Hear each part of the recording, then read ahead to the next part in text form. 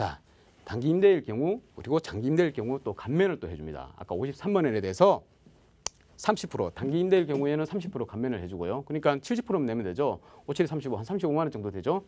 그리고 만약에 장기로 넣었다. 장기면 8년이죠. 8년 정도.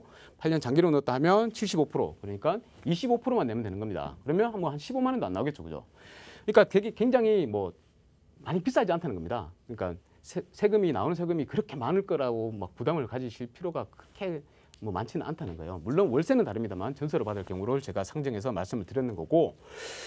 자, 2020년 이제 올해까지는 어떻게 되냐면 뭐 마찬가지예요. 한 채를 임대를 하든 두 채 이상 뭐 10채를 100채를 하든 상관없이 자, 30%, 75%를 줬는데요. 내년에 만약에 이제 내년 이후로는 어떻게 되냐면 이게 이제 좀 줄어듭니다. 자꾸 주택임대사업자를 등록하신 분들에 대한 혜택을 조금씩 빼앗아 가는 것 같긴 그런 기분이 들긴 하는데 어쨌든 한 채만 임대할 경우에는 마찬가지로 그냥 30%, 75% 예, 감면율을 줍니다. 그렇지만 두 채 이상이 될 경우 두 채부터는 줄였죠. 20% 그리고 50% 감면 정도를 주네요. 뭐 그래도 크게 부담이 되지 않는다는 것은 알 수 있겠죠. 자, 그렇습니다. 근데 요거 그 소득세도 소득세 부분이고 소득세 문제도 있고 이제 또 많이 두려워하시는 게 이제 건강보험료 문제가 크더라고요. 건강보험료 이제 많은 분들이 피부양자로 있는데 혹시나 지역가입자로 돼가지고 건강보험료를 많이 납부하는 게 아닌가라고 고민을 많이 하셔가지고 제가 이것도 한번 짚어드릴게요.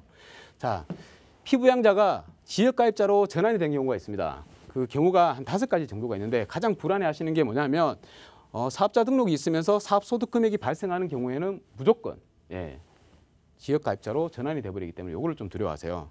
그러니까 임대사업자로 등록을 하든지 아니면 내가 과세 대상자가 되어서 사업자 등록을 해야 된다고 하면 자, 소득 금액이 나올 수가 있는데 그 소득 금액이 있다고 하면 무조건 전환돼 버린다 그러죠. 근데 대신에 반대로 생각하면 소득 금액이 만약에 0원이라면 내가 지역가입자가 아니고 피부양자로 그대로 자격을 유지할 수 있다는 겁니다. 그래서 이 부분이 제일 중요한 것 같고 나머지 부분도 있는데 이거는 시간이 걸리기 때문에 다음에 설명드리도록 하겠습니다. 자, 이 부분에 대해서 이제 걱정을 많이 하시니까 이거를 이제 상정해서 한번 계산을 해볼게요. 자, 이제 분리과세지 적용되는 필요경비율 및 공제율은 아까 말씀드렸듯이 임대주택으로 등록을 하면 필요경비율 60% 주고 공제는 400만 원 줍니다. 등록을 하지 않으면 50%에 200만 원을 주죠. 자, 그랬을 때 내가 건강보험료를 내지 않게 되는 그런 임대소득 금액이 0원이 되는 그런 수익 금액을 역산을 해보면 되죠. 역산을 해보면 어떻게 되냐면 자, 임대수익 금액이 1,000만 원이 나오면 필요경비로 600만 원을 빼줄 수 있고요. 그리고 공제금액이 자, 400만 원을 빼주기 때문에 0원이 나올 수 있습니다. 0원이 나올 수 있고 내가 만약에 임사 등록을 하지 않더라도 자, 어떻게 됩니까? 400만 원이 만약에 임대수익 금액이 400만 원이라고 하면 50%죠. 200만 원 빼주고 그리고 200만 원 공제를 해주죠. 그러면 0원이 나올 수 있습니다. 그죠? 그러면 내가 피부양자로 그대로 자격을 유지할 수 있다는 거잖아요. 자, 그랬을 때 얼마가 되면 됐냐? 자, 전세로 놓고 있다고 칠게요. 전세로 놓고 있고 임대주택이 3채 이상이다. 과세 대상자죠. 근데 전세금 합계액이 12억을 넘지 않으면 임대소득 금액이 아까 말씀드렸던 임대수익 금액이 1,000만 원이 안 되기 때문에 0원이 나옵니다. 0원이 나오니까 12억 원까지는 전세금을 받아도 괜찮다.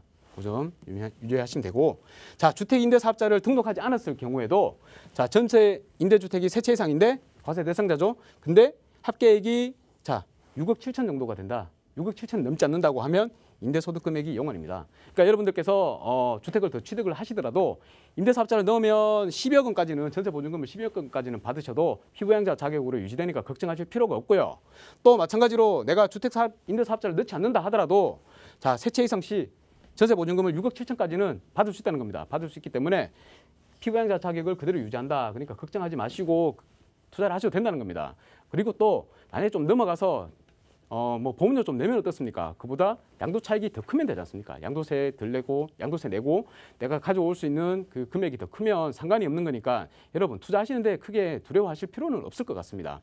그리고 뭐 다주택자들이 정부에서 뭐 거의 범죄자 취급을 하다시피 이제 많이 옥죄고 있는데 그렇게 뭐 꼭 생각하실 필요도 없어요. 우리 다주택자들이 있어야 우리 전세 시장이 안정화된다는 것은 여러분들도 그리고 다들 좀 알고 계시는 부분 아닙니까? 다주택자들도 있어야지 우리가 전세 시장이 원활하게 돌아갈 수 있으니까 여러분들 너무 걱정하지 마시고요. 투자에 이 부분들 좀 제가 말씀드렸던 거 참조하셔가지고 계속 투자에 적극 임하시기를 바라겠습니다. 감사합니다.